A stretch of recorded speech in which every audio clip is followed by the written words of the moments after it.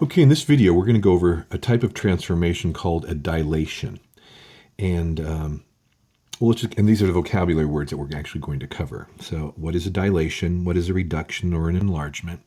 What is a scale factor? And what does similarity have to do with dilations? And what is a center point? Okay, so real quickly, what is a dilation? Basically, a dilation is when you take a figure in the coordinate plane, and let's just take a triangle, okay? And then when you move it, you make it either larger, okay, so it goes from a small size to a large size, or you make it smaller. Okay, so a dilation can either be an enlargement or it can be a reduction, okay, and that's where these two vocabulary words come in. So what is a scale factor? The scale factor is the amount that you multiply each one of these vertices by to get your larger size or to get your smaller size or your reduced size. Now you'll notice I use the word similar in here. A dilation has some very particular characteristic, right? And that is that the proportions of the original pre-image remain the same. Okay, so the proportions from the pre-image to the image must remain the same, which means that they are similar. So for example, let's say that this was, we'll call this point 1, 1. We'll call this point over here 2, 1. And we'll call this point up here 1, 3. Okay? The scale factor would be, I would multiply each one of these points by a particular scale. So let's say I'm going to multiply by 3. Okay? Which means that 3 times the x would make this 3. 3 times the y would make that 3. 3 times this x would make that 6. 3 times that y would make it 3. And then finally, 3 times this 1, again, would make it 3, but 3 times this 3 would make it 9. This new figure, which is enlarged, is multiplied by 3, or the scale factor of 3. Okay? And you represent that by doing it, by writing it like this. X, y, the original xy's, okay, are multiplied by some kind of a scale factor, which is called k, to become your new location. All right, now let me just kind of zero in on that just a little bit more. There we go. A little bit more focus. Let me bring it down just a teeny bit. So notice what I did, okay? I have my original vertices. I have my scale factor, which we call k.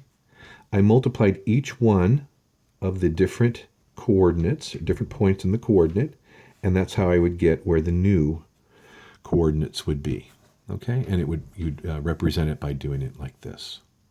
In the same way, if my scale factor were some number less than 1, okay? So let me just write this out slightly differently.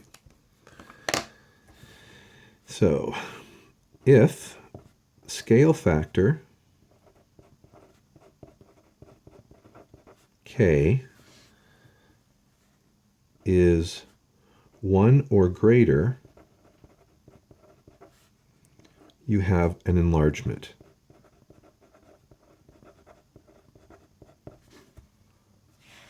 Okay?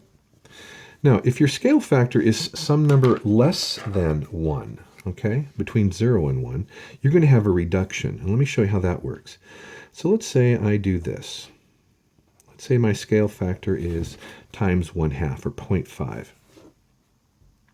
So multiply 0.5 by 1, and you'll get 0.5, 0.5. Over here, half of 2 would be 1. Half of 1 would be 0.5. Half of 1 is again 0.5. And half of 3 is 1.5. this new image, right, with these vertices is similar in proportion, right, but it is now smaller. It has been reduced. So if scale factor K is less than 1, and it has to go down to 0. If it's anything less than 0, then it doesn't count, right? And I'll explain that in a different video. Then you basically have a reduction. All right. Now, let me show you something else on the last point, and that's called the center point itself.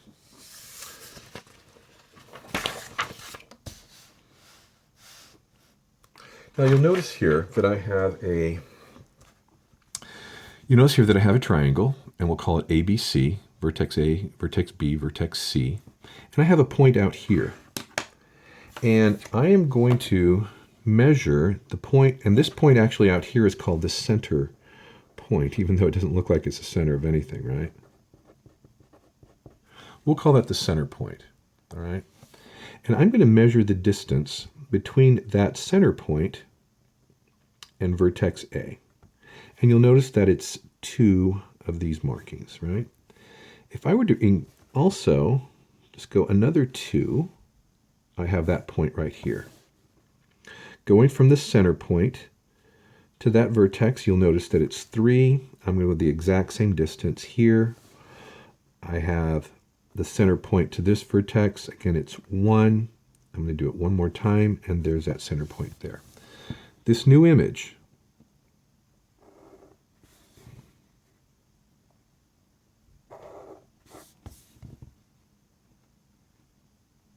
okay, you'll notice that it's twice as large.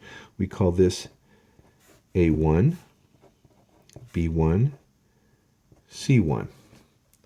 And the other really interesting thing is, and let me just get a different color ink here so you can just see the difference. Actually, I'll just do it with pencil.